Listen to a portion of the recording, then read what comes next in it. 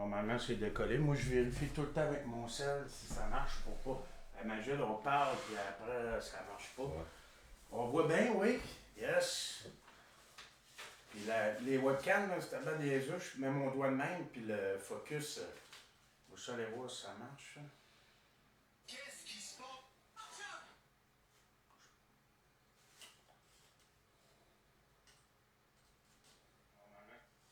Ça sera pas long, tout le monde. On va juste s'assurer que ça marche. Ah oui, ça marche. Check. Good, good. On va pouvoir commencer. Salut tout le monde. Aujourd'hui, on a des invités spéciales. Je pensais pas inviter quelqu'un plus fort que moi aujourd'hui chez nous, mais c'est le cas. On est avec Jeff Caron. Salut, Merci monsieur. d'être là. Ça fait plaisir. Tu peux-tu nous parler des grandes lignes de ta carrière, mettons les podiums, tes records Guinness? Oui, ben mon parcours. Ben moi, j'ai fait ça pendant longtemps. J'ai commencé en 2004, puis j'ai compétitionné au niveau international jusqu'en 2022. Pendant ces années-là, j'ai été 9 fois champion canadien, de 2011 à 2019. Et ça, si je me trompe pas, c'est un record canadien. Oui, c'est le record présent. Parce que, tu sais, on sait qu'Hugo Girard est populaire, mais je pense que tu as battu ses records. Oui, oui. Hugo était là avant moi. Moi, je suis comme l'autre génération. Okay. On a 10 ans de différence. Okay. Mais Hugo avait gagné 6 fois le championnat canadien consécutif. Moi, j'ai arrivé par après, puis j'ai gagné 9 fois en ligne. Puis ensuite de ça, j'étais allé 11 fois au World Strongest Man. J'ai fait 9 finales sur 11, puis j'ai terminé mon meilleur résultat, 3e en 2020. Puis j'ai fait partie du top 5 pendant 10 ans au World Strongest Man. Au niveau des autres compétitions, comme le Arnold, que sûrement que les gens connaissent, j'étais allé plusieurs fois. J'ai fait 4 fois le top 5 au Arnold Classic. Puis j'ai gagné plusieurs Arnold périphériques, comme Brésil et. Okay, c'est comme les Arnold classiques, mais pas celui-là des États-Unis. Exact. À l'époque, avant le COVID, on avait un circuit qui était le Arnold Classic. Quand on faisait Columbus, c'était la finale. Après ça, ça commençait. 2 semaines après, on allait en Australie. 2 semaines après, on allait au Brésil. Ensuite, 1 mois plus tard, on allait en Afrique du Sud. Puis à l'automne, on allait en Europe. C'est comme ça qu'on se qualifiait pour retourner à Columbus. Ah, ok. Il donnait, mettons, des points, tu finissais 5e, tu ramassais 4 points. L'autre compétition, 2e, tu ramassais. Exact, exact. Et quand tu gagnais un Arnold, t'étais in. Ah, ok. Quand tu avais la première place, tu n'étais pas obligé d'aller aux autres. C'est ça. Ouais. Comme un peu de culturiste. Moi, un peu. Mais on suivait beaucoup les culturistes parce que les culturistes, c'était la même affaire. Ouais, ça, c'était l'Arnold aussi. Puis ce qui était le fun, quand on était un athlète de force professionnelle, même chose pour les bodybuilders, c'est qu'il y avait de la belle argent. Dans ce circuit-là, puis nos dépenses étaient toutes payées. Fait qu'on voyageait ensemble. Ouais, c'est ça. Puis toi, tu prenais des jours de congé aussi pour profiter du pays, là. Ouais, un peu. Un peu, surtout quand on allait en Australie puis en Afrique du Sud, c'est des longs voyages. Ouais. Mais tu sais, des fois, c'était in and out. Là. C'est plate à dire. J'étais allé à Melbourne 3 fois, puis j'ai pas vu grand-chose d'autre de Convention Center. Center. T'as vu le stade de la compétition, puis l'hôtel, puis t'as... C'est ça. Il n'y a pas de kangourou. Puis si je me trompe pas, t'as au moins un record Guinness. J'en ai 3. T'en as 3? J'en ai 3 records Guinness. Le premier que j'ai eu, c'est le retournement de voiture. Ça, j'ai eu la chance d'être invité par les records Guinness pour aller le battre. C'était en Chine à l'époque, en 2015. Puis j'avais fait 13 bascules de voiture, ce qui battait l'ancien record qui était de 11, je pense. Ça, c'était mon premier. Ensuite de ça, ils m'ont invité pour faire le tire flip au Arnold Classic sur le stage en 2016. J'ai réussi 4 bascules du pneu qui était à 1414 livres. C'était un 29.5 à 25, un gros pneu de loader, qui est encore le record d'ailleurs. Puis par la suite, j'ai eu le record Guinness avec le Hummer Tire Deadlift que j'ai fait à Achat Classic. C'est un deadlift mais avec des roues, au lieu de c'est des ça. poids. Fait que c'est un deadlift de 13 pouces avec une barre qui a du flex. Puis ce record-là, il était inscrit au record Guinness parce qu'à l'époque, les records Guinness, ils prenaient les records Arnold Classic. Puis dans le temps, Arnold, il faisait cette épreuve-là tous les ans. Fait que le record, c'était Savikas qui l'avait à 1155. Moi, je l'ai monté à 1202 à cette compétition. C'est quand même quasiment 150 livres de plus. Non, 50 livres de plus. Puis ça m'a donné un 3e record Guinness. Ah bon, une belle carrière. Bon, ça a bien été. Je vais y aller maintenant avec la première question. Puis j'ai mis des questions un peu tous les styles. Là. Des fois, tu sais, c'est pour, quoi je pourrais dire, motiver mes clients aussi. Puis pour qu'ils croient aussi à ce que je dis, faut pas que tu te demandes. Non, c'est ça, faut pas que je te style. Ouais, c'est ça. Selon toi, est-ce que ta force était surtout innée ou tu l'as développée avec le temps? Je l'ai développé avec le temps, mais je pense que j'avais une certaine capacité physique prédestinée à ça. Sauf que si tu t'entraînes jamais, tu le sauras pas. Moi, j'ai eu la chance de toutes choses à faire d'homme fort. Je m'entraînais pas. Moi, j'ai fait plein de sport, mais j'ai commencé en faisant des compétitions. Parce que les gars m'ont fait essayer des épreuves d'homme fort. Puis de là a commencé mon entraînement. Fait qu'au début, je les ai surpris parce que j'étais capable de faire des épreuves. La première fois que j'ai fait, j'ai flippé un pneu. Ils m'ont fait tabarouette, c'est quand même pas si mal. Ils m'ont fait essayer le Farmer's Walk. Puis ils m'ont fait essayer les pierres d'Atlas. J'ai été capable de faire les 3 affaires. Puis là, j'ai commencé à taponner ça un peu avec eux autres, mais j'ai commencé à m'entraîner, parce que je ne m'entraînais pas en salle. Là, tu développes la force. T'sais, oui, tu peux être fort naturellement. Comme la force des mains, je te dirais, c'est la fois la plus naturelle. Ouais, la force de l'appréhension. Ouais. C'est la fois la plus naturelle. Malheureusement, la personne qui a une mauvaise prise peut l'améliorer. Il ne deviendra jamais un champion de ça.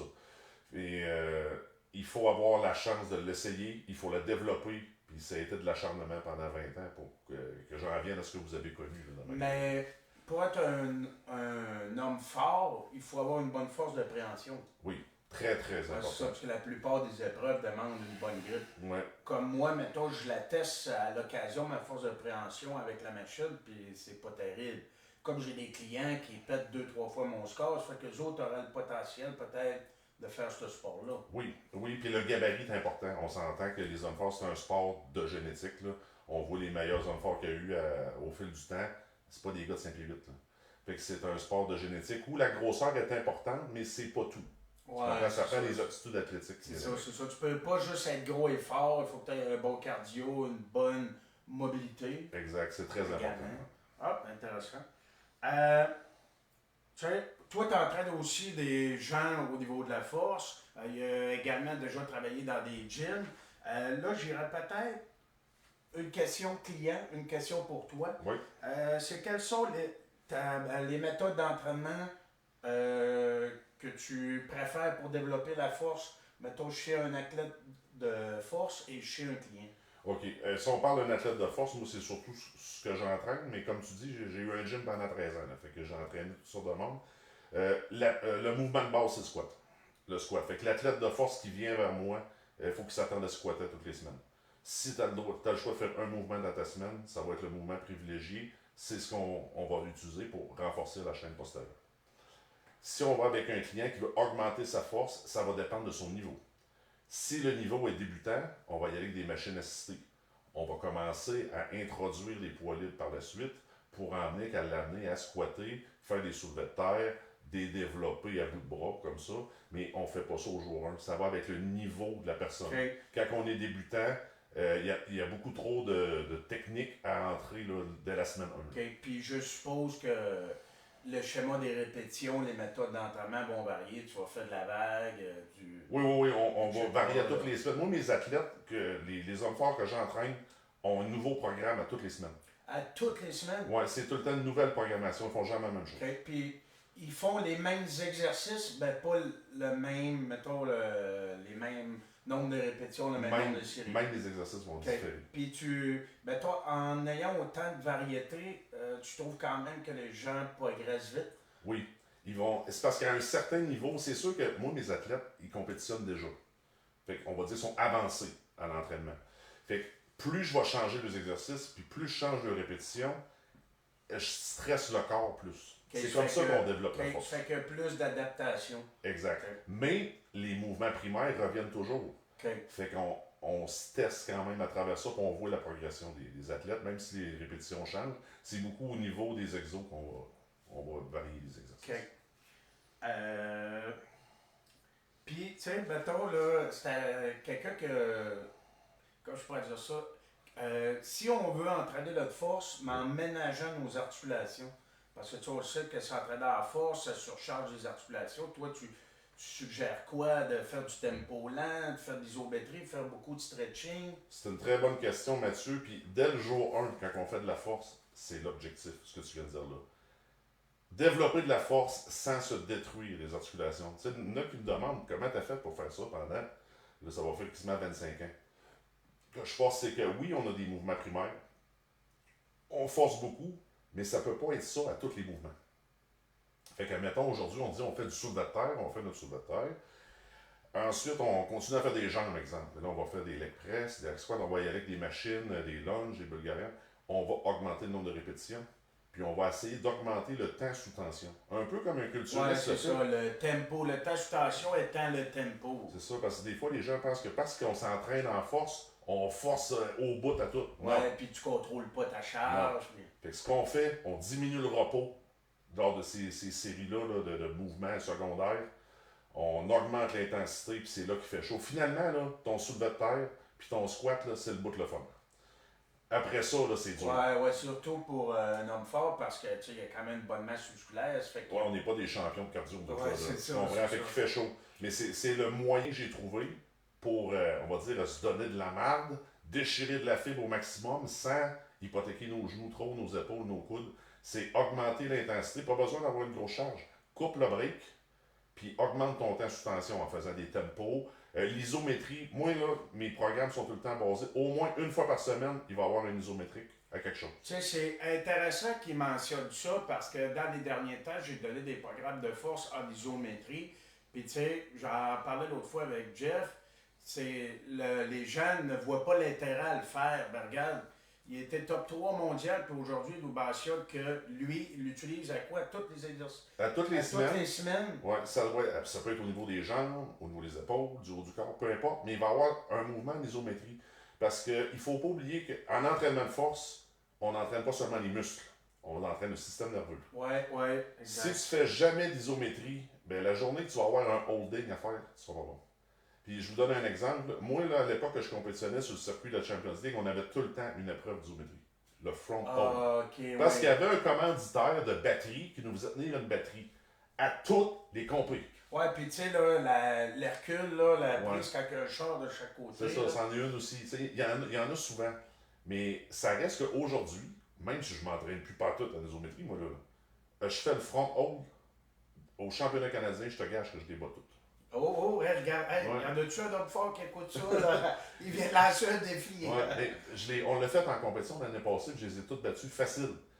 Mais c'était pas moi le plus fort des épaules, là. C'est juste que j'ai tellement pratiqué ça que pour moi c'est facile. Puis l'isométrie, c'est sûr que ça dépend toujours de l'exercice, mais c'est moins dur aussi pour les articulations parce qu'il n'y a pas de mouvement. Il n'y a aucun mouvement, C'est tu ça. ne peux pas te blesser. C'est ça, exact. Puis ça sollicite ton système nerveux, ça fait que ça te permet de devenir plus fort. Ouais. C'est sûr, c'est pas intéressant là, comme méthode d'entraînement, mais à un moment donné, on s'entraîne pour progresser. Tu sais, je le dis souvent à mes clients, on s'entraîne pas juste pour s'amuser. Tu sais, si vous voulez juste s'amuser, prenez-vous un programme sur Internet puis suivez-le. Ben moi, je veux vous entraîner pour vous progresser.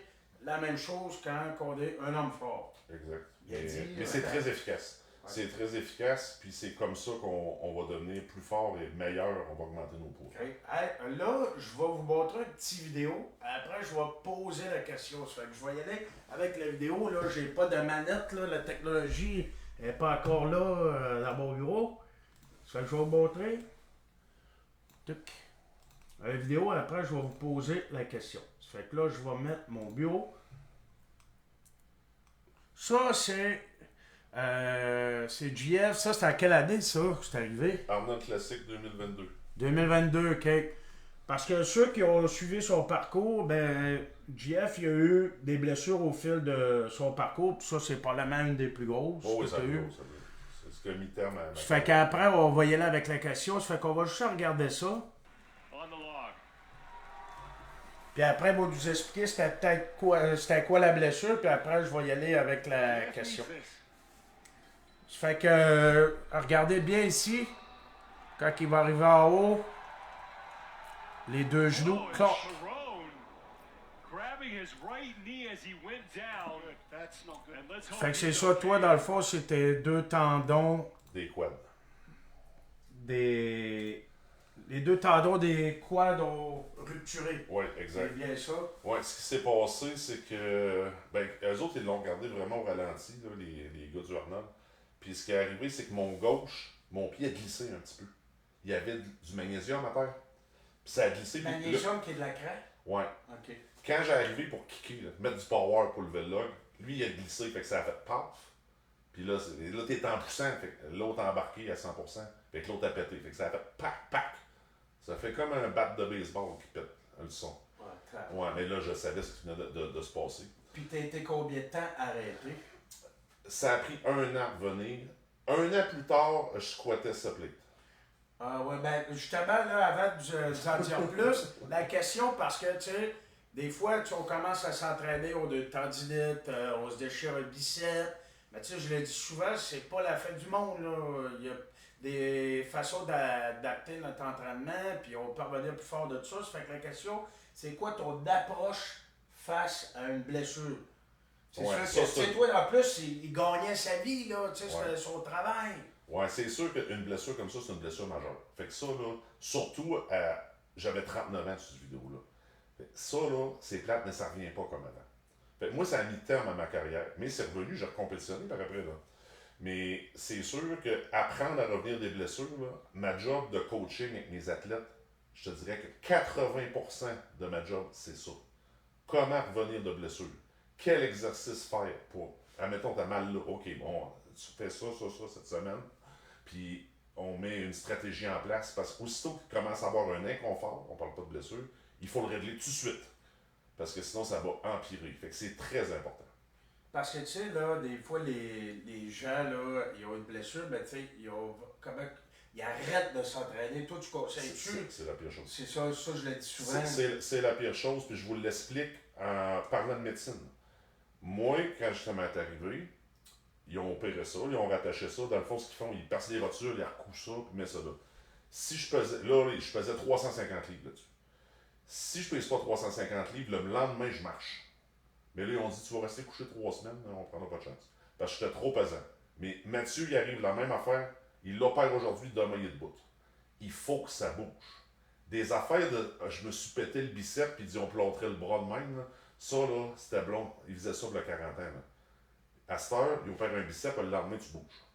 Il faut que ça bouge. La pire affaire, c'est de ne pas s'entraîner, justement. Ouais, puis tu sais, moi, j'ai déjà vu, là, des écoles de pensée, tu sais, mettons, tu pouvais pas bouger ton bras gauche, tu t'entraînais quand même le bras droit, puis ça envoyait quand même des influx nerveux à gauche qui te permettaient de guérir plus vite.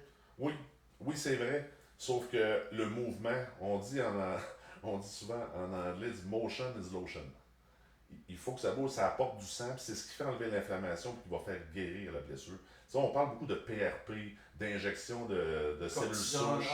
Ces affaires-là, mais c'est quoi? C'est du sang.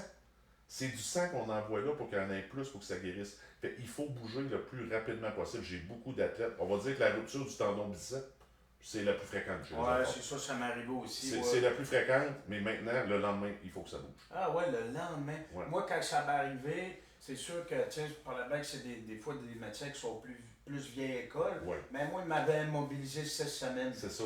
Ils font plus ça. Ils font plus ça. Ça, regarde, je vais te prendre lui, là. T'as pas mal, là. Moi, t'as le plâtré 6 semaines. Ouais, je sais. Même si j'ai pas mal, juste à cause mon mouvement va être en position immobilisée, les fibres, je me trompe pas, ils se raccourcissent. Fait que là, t'as l'impression d'avoir mal, mais t'as même pas mal. C'est ça. Fait ils font plus ça. Puis moi, j'ai été opéré aux États-Unis, puis j'ai eu la chance d'avoir un top chirurgien là, à Ohio State University. Puis c'est ce qu'il m'avait dit. Il dit, je te donne 3 semaines, tu vas retourner. Là, je suis revenu au Canada. Ils m'ont remis de bout. Il dit, là, tu vas pogner un choc, présent. Parce que c'est ça qui est spécial de cette blessure-là, c'est quand tu es 3 semaines au lit, là, quand ils t'en mettent debout, c'est un peu comme ce qui se passe avec un astronaute. C'est comme si, ou après 6 mois en bateau, mais Ouais. c'est comme Là, si tu n'avais jamais marché. Là, ils t'en remettent debout, il faut que tu réapprennes à marcher. Puis c'est la pression, c'est les pieds. T'as mal, t'as pas mal aux genoux, t'as mal aux pieds. Parce que là, c'est comme si j'avais un yoke de 1000 livres sur le dos. Même feeling. Mais tu sais, après une couple d'heures, ça passe. C'est spécial parce que t'as eu 0 poids ses pieds pendant 3 semaines. C'était un peu spécial, mais ça revient. Regarde, moi j'avais 39 ans, j'ai arrêté ma carrière là. Tu sais, elle était à la fin déjà. Mais Zydrunas Savickas a eu cette blessure-là identique à 22. Puis il y a eu c'est le meilleur homme fort que j'ai jamais existé. Mais c'est arrivé après. Fait qu'il ne faut pas s'arrêter à une blessure. Vous pouvez avoir des blessures majeures si vous faites vos devoirs, puis vous avez un bon physiothérapeute, puis vous faites ce qu'il faut. Les exercices que vous allez en faire qui sont super importants, ça va revenir. C'est drôle, j'ai eu une consultation aujourd'hui avec un athlète, un powerlifter qui habite en Israël. Lui, il a eu une rupture de tendon. Puis il voulait me parler, juste savoir qu'est-ce qu'il faut que je fasse. Parce qu'il n'y a pas un bon physio là-bas. J'ai juste parlé de ça, puis j'ai hâte de voir, mais lui, il est motivé. Là. Parce que lui, ses chums, c'est quoi qu'il disait un peu? C'est fini. Ouais, dans ta carrière C'est est fini. finie. Puis C'est c'est fini. sûr qu'il faut pas écouter non plus les gens qui te disent arrête, etc., etc. Il faut suivre aussi ce qu'on aime faire, puis let's go, on s'entraîne. C'est ça. OK. C'est sûr que des hommes forts, tu l'as dit tantôt, il faut que ça ait une bonne masse musculaire. Fait que c'était quoi ton secret en alimentation pour prendre de la masse musculaire? C'était quoi, manger 3000 calories? C'était faire prendre des shakes à toutes les 2 heures? Ben moi, à la base, les gens ne me connaissent peut-être pas beaucoup, mais moi, j'étais pas un gros gars. Moi, j'ai commencé à m'entraîner, j'étais 6 pieds 2, je faisais 220.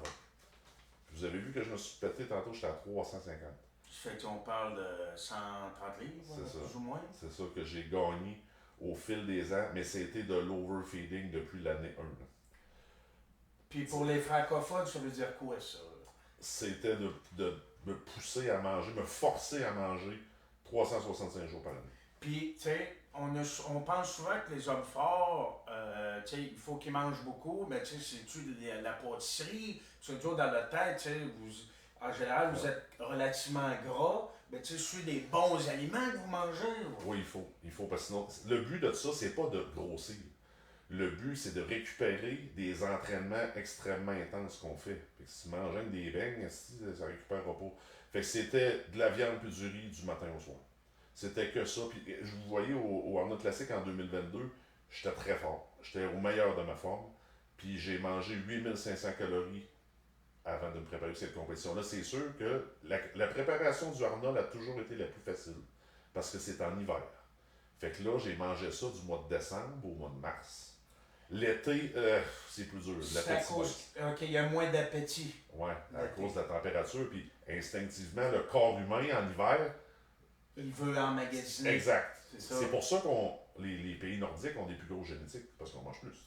Depuis des décennies, tu comprends? Fait que l'hiver crée ça. L'été, il fait chaud, l'appétit drop. Fait que là, faut que tu trouves des trucs puis tu manges. Sur rapetisses tes repas, t'en manges plus. Mais 8500 pour l'Arnold, je l'ai mangé pendant 2 mois de temps, je n'ai pas sauté un. C'était 8 repas par jour. C'était combien d'œufs par jour? Je mangeais pas d'œufs. T'aimes pas les œufs ou. Ben, là, présentement, j'en mange.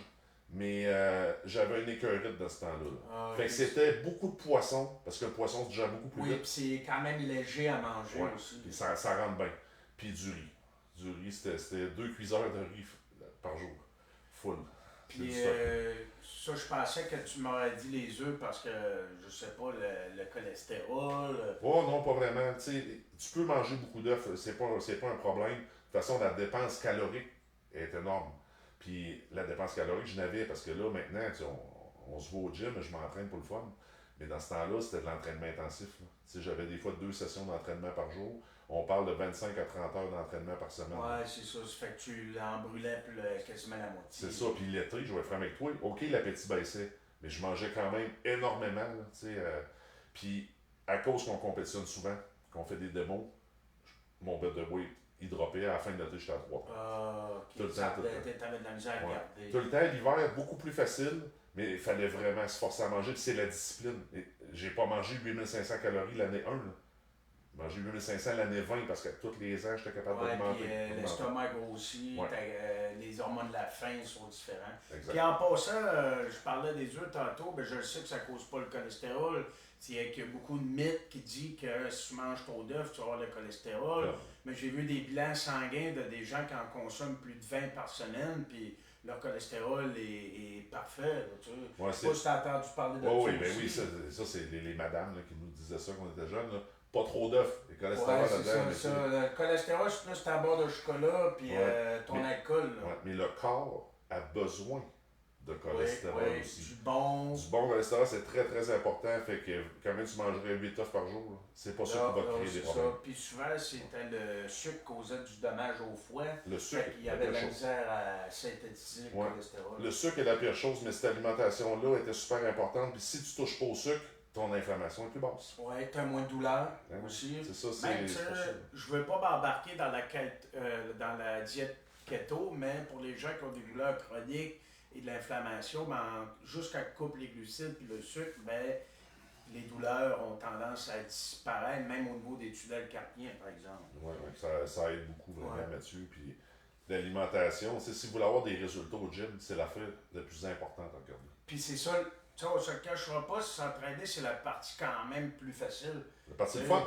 Ouais, ça, c'est la partie le C'est fun. ça. Ben, manger, tu sais, se structurer, même quand c'est le temps de perdre du poids, c'est pas la partie le fun.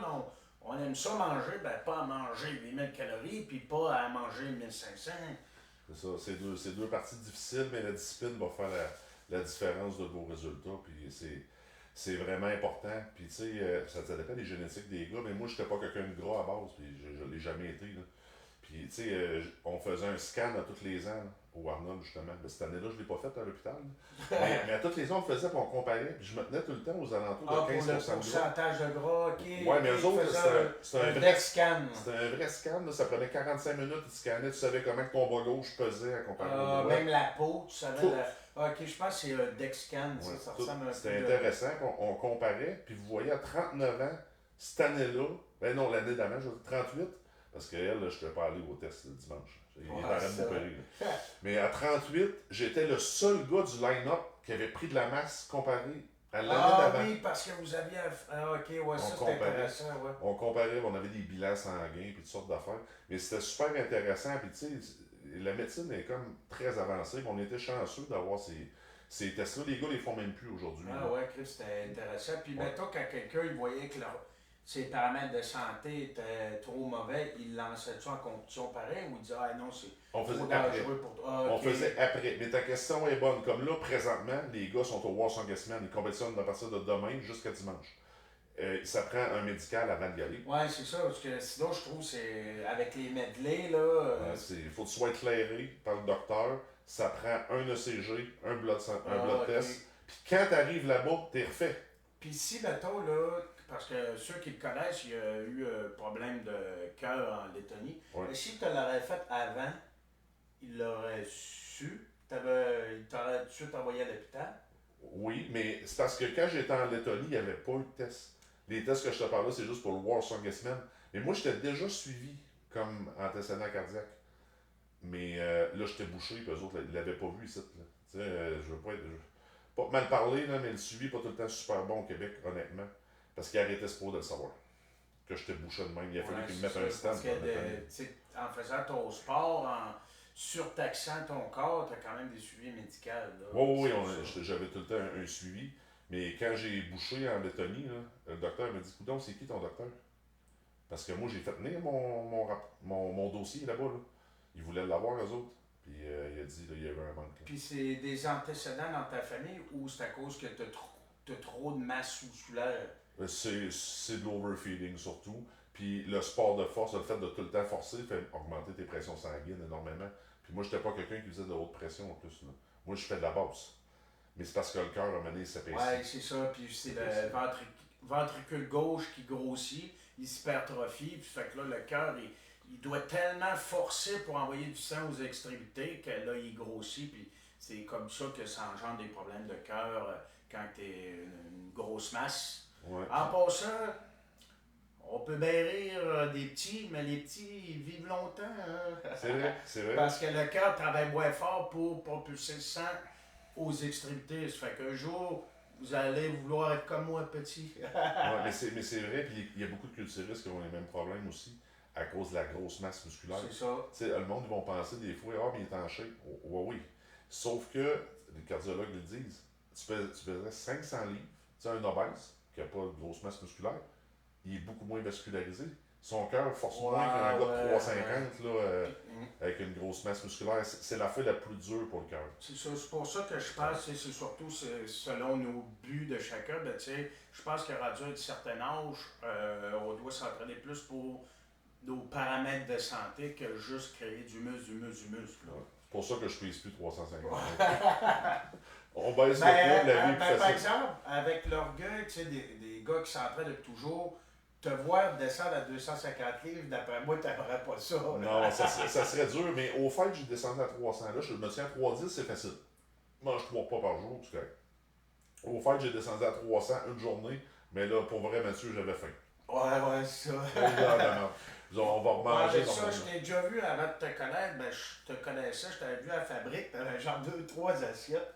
C'est ça qui est plus dur un peu, parce que je veux pas, tu sais, notre estomac a pris de l'expansion au fil du temps. Ouais, Fait c'est que là, ça. faut la remplir quand même. Mais maintenant, je mange 3 repas par jour. Je prends un shake après mon entraînement, ça ressemble à ça, puis je me tiens à ce poids-là. Puis, tu fais-tu du cardio, toi? Oui, oui, au moins 2 fois par semaine. Puis ben là, je fais pas d'épreuve d'homme fort. Mais je vais recommencer bientôt, parce que j'aimerais ça refaire une petite compé cet été. Fait que là, pendant ces séances-là qu'on pratique les épreuves, ben c'est ça aussi, les gars qui font des hommes forts, ils font le gym. Mais il faut qu'ils pratiquent les épreuves. Ça c'est dur, c'est le bout le plus dur. Ouais, ben, Ça tire. c'est cardiovasculaire. Ouais, fait que là, le cardio, il va travailler beaucoup plus. Puis en étant moins pesant, je suis un gars qui fait du vélo aussi. Fait que ça j'aime bien ça. Il est électrique, là, mais un gros fat bike. Avec un gros fat bike, il faut que tu pédales. Ouais. Puis parce que sinon, un bicycle de route, moi, il t'offre pas. Ouais, Là. c'est ça. Quand le gars me veut arriver chez Mathieu Performance, il dit oh, t'as peu. Il dit on va te vendre de quoi qu'il va t'offrir. Mais j'ai beaucoup de fun à faire ça. Puis c'est bon pour les genoux. Ouais, Je disais que le vélo, dans mon rétablissement pour les genoux, c'était la chose la plus efficace. Puis ce que je faisais, c'est que je pédalais en vélo stationnaire.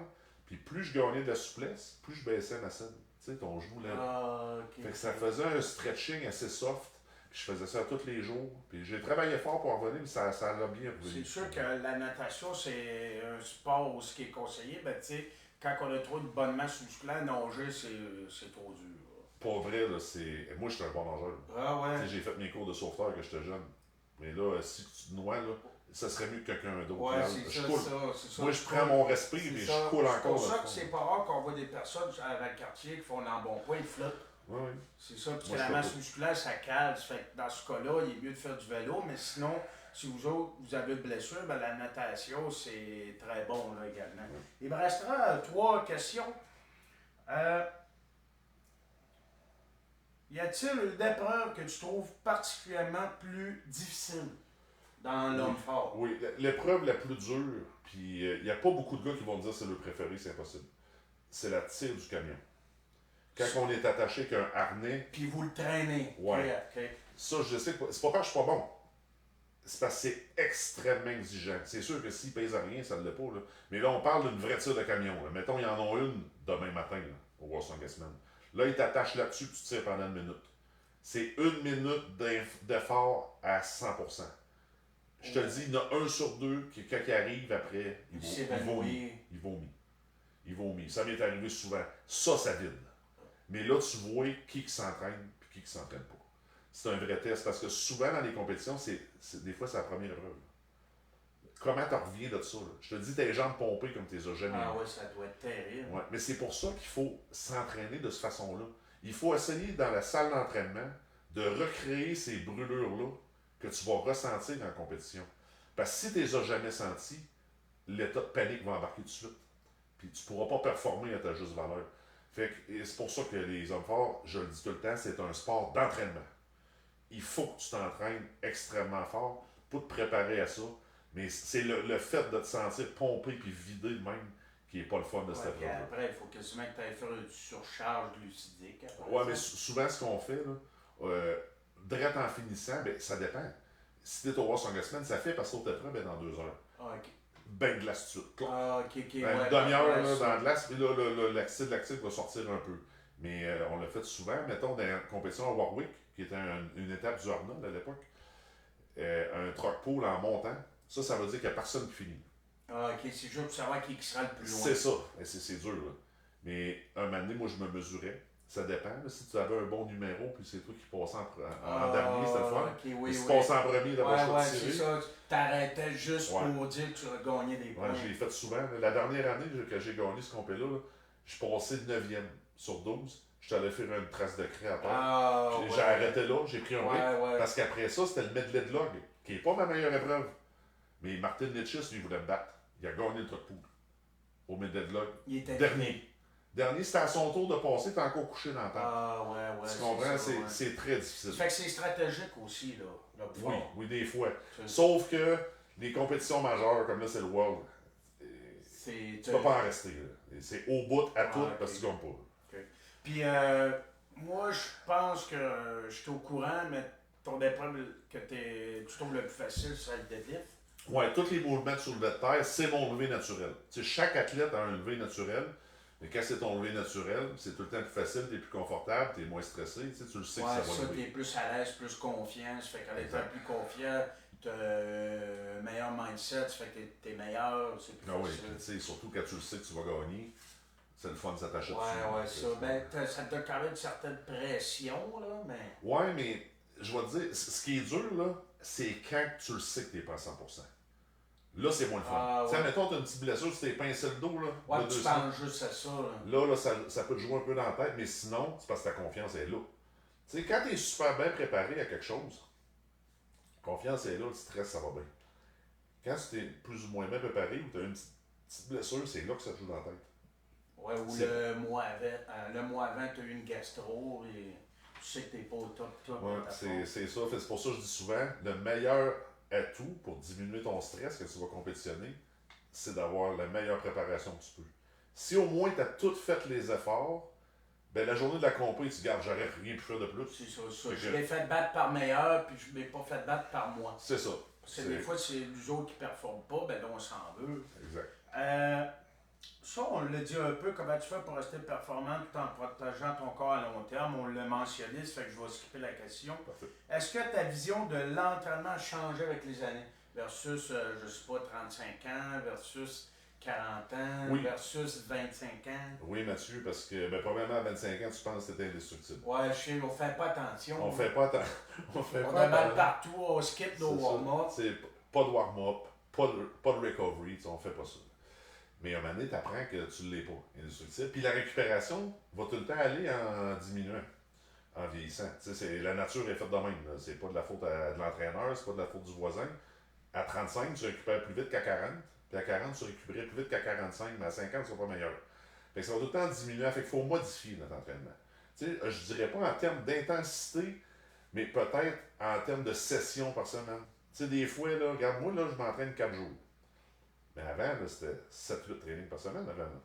Je peux plus faire ça. Si je fais ça, là, après ça, je suis 2 semaines, je peux plus rien faire d'après moi. Puis j'aime ça que tu dis ça 4 fois semaine. Écoutez bien ça.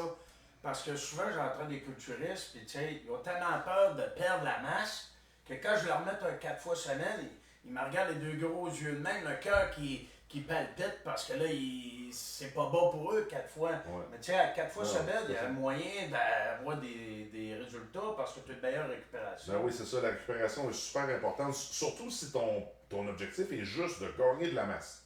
C'est encore plus important. C'est ça. Parce que là, il n'y a pas la question, faut que mon cardio s'améliore, faut que j'aille une meilleure, C'est un ça, meilleur pas comme un conditionnement. joueur de football ou Exact. un gars qui fait les Olympiques. là. Exact. Fait que si c'est juste prendre de la masse, il faut que tu récupères. Sinon, tu n'en prendras pas. C'est ça. Puis il faut que tu manges.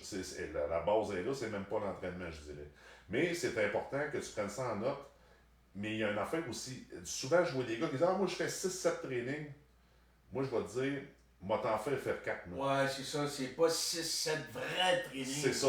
L'intensité, là, admettons, là, aujourd'hui, on fait les jambes. Fais-en un vrai, là. Tu n'en feras pas dans 3 Non, c'est ça, exact. Tu comprends? Il faut que tu récupères. Là, tu vas avoir du gain. Ouais. Là, tu Puis vas avoir même, du tu gain. sais, si on regarde les top culturistes de l'histoire, comme Dorian Yates, Mike Meltzer, Meltzer, ouais. ça s'entraînait moins de 4 fois par semaine. Même Tom Platz faisait des jambes une fois par mois. C'est qu'il s'entraînait tellement dur que c'était impossible qu'il s'entraîne 5 ou 6 fois par C'est ça, semaine. il est pété, là. Si quelqu'un est capable de s'entraîner 6 fois par semaine en étant en plus naturel, en travaillant 40 heures par semaine, puis son sixième training est bon, là, c'est qu'il ne s'est pas entraîné assez dur les trainings d'avant. là. C'est ça. C'est faux. Quand vous allez à la salle, mettons que vous réservez 1h30, 2 heures votre entraînement, peu importe. Mais mettez tout ce que vous avez. Là. Puis quand vous allez sortir du gym, vous allez être content aussi. Ouais, moi, c'est ce que c'est je dis, ça. moi. Tant qu'à être là, entraîne-toi. Le téléphone dans le casier, puis là, tu t'entraînes. Là, des fois, il y en a qui me disent, moi, hey, dis quoi je vais faire pendant mes 7. Mais que tu sois le brûlé, là, tu vas penser à l'autre qui s'en vient. C'est ça. Tu comprends? Faudrait que je prenne ces conseils-là parce que moi aussi, c'était à 7, c'est pas trop bon, mais ça fait 21 ans que je m'entraîne. Ouais. Mais ça, c'est perdu quoi? un peu. Mais Ouais. ça, c'est quoi? Puis quand tu as de bonne intensité, là, tu vas avoir l'impression que tu as fait de quoi de bon. C'est ça. Mais la journée de repos, tu vas peut-être plus l'apprécier aussi. Puis on le répète, beau avoir le meilleur programme au monde. Si tu t'entraînes pas assez dur, tu n'auras pas de résultat. Tu vas avoir un training de merde, un programme de merde, mais tu t'entraînes comme un débile, tu vas avoir des résultats. Ça, c'est vrai. Ouais. J'arrive dans mes dernières questions. Si tu pouvais revenir au début de ta carrière, qu'est-ce que tu ferais différemment? Ce que je ferais le plus différemment, c'est la grosse portion recovery, récupération, tous les exercices de physio qu'on fait, les stretching, les sessions d'étirement. Je te dirais, là, pendant une période de ma carrière, j'ai engagé quelqu'un qui était spécialisé là-dedans à faire des séances d'étirement assistées. Ouais, du PNF, HNP. Pour vrai, là, à partir de là, ça a fait ça. Premièrement, tu apprends à t'étirer. Parce qu'au début, tu penses que tu t'étires. Ouais. Mais là, cette journée-là, là, j'ai appris que je ne m'étirais pas. Là. J'ai mangé une volée, je te le dis. Là. Ça durait 1 heure, je sortais de là, trempé en nage. Je pouvais me changer de linge, à faire du stretching. Mais mon niveau a changé à partir de là. Ma récupération s'est améliorée beaucoup. Fait que ça, c'était important, mais au début, on ne faisait rien de ça. Non, c'était juste forcer. On forçait, point. On pratiquait les épreuves, point. Puis l'entraînement a beaucoup changé durant les dernières années. Ça serait la chose que je focuserais plus. Puis je suis sûr que j'aurai des meilleurs résultats. Ah, intéressant parce que c'est drôle, une petite parenthèse, j'entraîne souvent des clients, des débutants, intermédiaires. Puis le premier programme, je leur dis toujours, je vais vous faire un programme moins hot. Ça va être un structural balance, une force anatomique ou c'est des trucs de mobilité où ce qu'on corrige les fondations, tu sais, c'est des Peterson step-up, c'est des split squats pour travailler la mobilité de l'angle. Puis après 2 mois, là, je te jure, ils me font déjà plus confiance. Ils font pas le structure balade, puis c'est des newbies là, en entraînement. C'est même pas des Olympiens. Les Olympiens vont le faire. Les hommes forts top 3 mondial vont le faire. Puis là, je les vois avec leur selle à faire une application, genre d'une influenceuse qui connaît rien de l'entraînement. Ça me sidère. Ouais. Ben là, il a dit beau pour beau. C'est quoi qui changerait? Ça serait la recovery. Puis travailler sa mobilité avec des exercices de physio. On parle d'un gars qui a fait le top 3 mondial. C'est ce qui modifierait. Ça fait que vous qui êtes complètement débutant ou intermédiaire, si vous faites une force anatomique, vous voyez ça avec joie. Ouais, faites-le. Puis plus la mobilité va augmenter, vous allez avoir plus de facilité à faire les mouvements de base. Puis donc, moins de blessures. Puis tu vas créer plus de muscles. Exact. Parce que sur ton squat, si tu as une meilleure mobilité de la hanche, ton tronc, au lieu de pencher en débile comme ça, il va rester droit. Tu vas, au lieu de mettre 200 livres, tu vas mettre 250 livres, tes fesses vont être beaucoup plus gros. Mais on veut tout de suite des résultats là, on pense pas au futur. Dernière question. Un mythe sur la force que tu aimerais démystifier. Si tu connais un mythe sur la force. Je pense que le plus gros mythe, c'est quand on est fort, on est complètement cave. Ça vient avec un gros bras, petite tête, on l'entend souvent. Malheureusement, des fois, des gens nous aident pas. On va dire sur ce point-là, mais moi, c'est quelque chose qui m'a tout le temps bien agressé parce que les médias sociaux, je me suis fait souvent traiter de cave, tout ça. Ouais, mais le monde ne le connaisse pas. Regarde, viens t'asseoir avec moi, là, on va se poser des questions, tu vois. Tu sais, je veux pas me vanter, là, mais moi j'ai fait beaucoup de compétitions au niveau scolaire, des compétitions académiques, puis c'est quoi que j'aimais beaucoup. Je suis quelqu'un qui lit beaucoup, qui a une très bonne connaissance générale des quiz, tout ça, j'adore ça. Puis j'ai tellement fait d'avion dans ma vie, là, je n'ai lu des affaires. Là. Je peux te dire, je fais pas juste écouter des films, mais c'est des affaires que j'aime, puis des fois, tu sais, quand on se fait prendre un peu pour des innocents, un peu, ça m'a tout le temps fait de quoi? Que tous les gros gars passent comme ça. Puis j'en connais plein de gros gars qui sont très instruits. J'entraîne des gars comme il y a Bryce Johnson, qui est ingénieur, qui compétitionne au World Songessman cette semaine. Puis je pense qu'il a une bonne chance de podium. Jase avec ce gars-là, il y a du background, puis il y a des très très bonnes connaissances. Mais ça défait un peu le mythe. Mais c'est vrai qu'on entend souvent parler de ça. Je sais pas si c'est à cause des films où les gars forts sont souvent comme un peu l'idiot ou le méchant du film. Intéressant. Fait que merci à toi, Jeff. Ça fait plaisir. Puis, on est content de l'avoir eu sur notre live. Ça, c'est une chance que je vous offre avec la communauté MBFit. Ça fait que vous pouvez le réécouter en rediffusion. Merci à tous d'être venus. Merci à Jeff. Merci à Mathieu. Bon entraînement. Il reste, faut que je ferme ça, là. C'est là.